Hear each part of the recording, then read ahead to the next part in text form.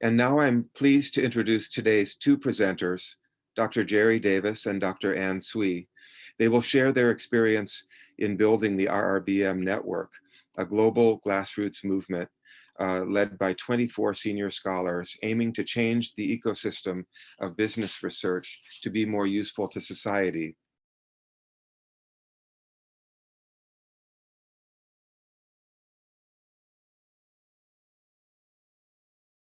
We started RRBM about 5 years ago with a group of colleagues because we felt that there was a disconnect between the kind of research faculty we're doing and some of the most pressing needs of society. RRBM, Responsible Research in Business and Management, is really a positive conspiracy of sets of senior scholars across all the different business disciplines, journal editors, deans, and others to try to change things. Our theory of change is that it takes a movement to change an ecosystem. It takes a social movement to change an ecosystem. It can't just be one field advocating for change. We need accounting, finance, marketing, management, and so on. We need to change what journals do. How do they publish things? Because that's how people get evaluated. So how about special issues to test drive the idea of social impact, or a badging system for articles that meet standards of responsible research? Eventually, we would love to see evaluation and even tenure standards change to reward people for doing what we call responsible research. RRBM is a temporary movement to kickstart a change that's much needed in business schools. This is a self-correction movement, and not all the parties in the ecosystem agree.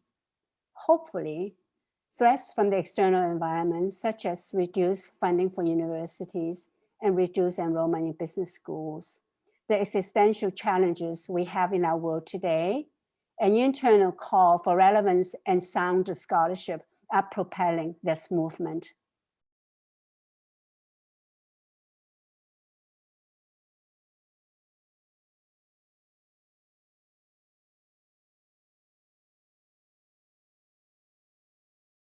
Research takes place in a connected ecosystem with a lot of reinforcing parts. If you want to change things, it's got to be a collective effort. It's a collective action problem to change all of these things at once.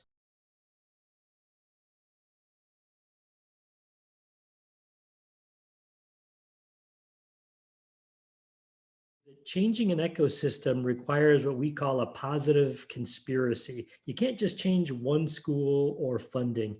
You want to change what journal editors do, deans, promotion and tenure committees, senior scholars, and accreditors.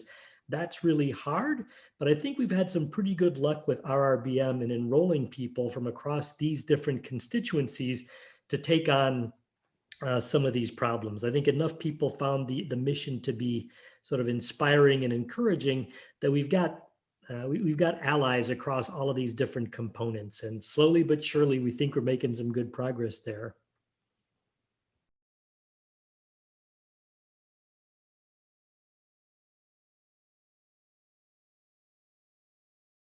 As recruiting allies who really care about the problem is the third point. So we have this 20-60-20 formula. In most change in any group, you can divide the group into three parts, roughly 20-60-20 distribution.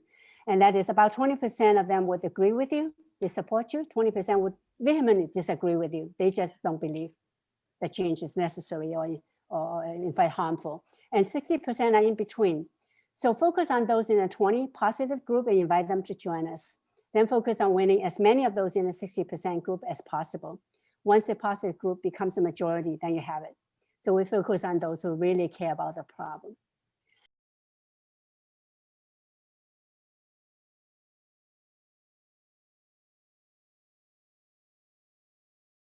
Remember, you can't solve every problem all at once, okay? So we try to have deep understanding of the nature of the problem to be solved, focus on the big goal.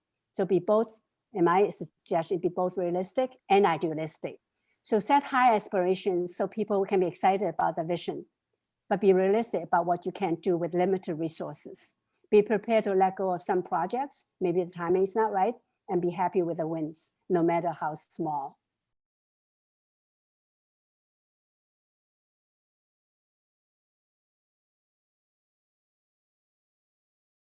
And so the last point as that small wins can add up if you are persistent. So be patient and take what you can get, but never stop looking for bigger opportunities.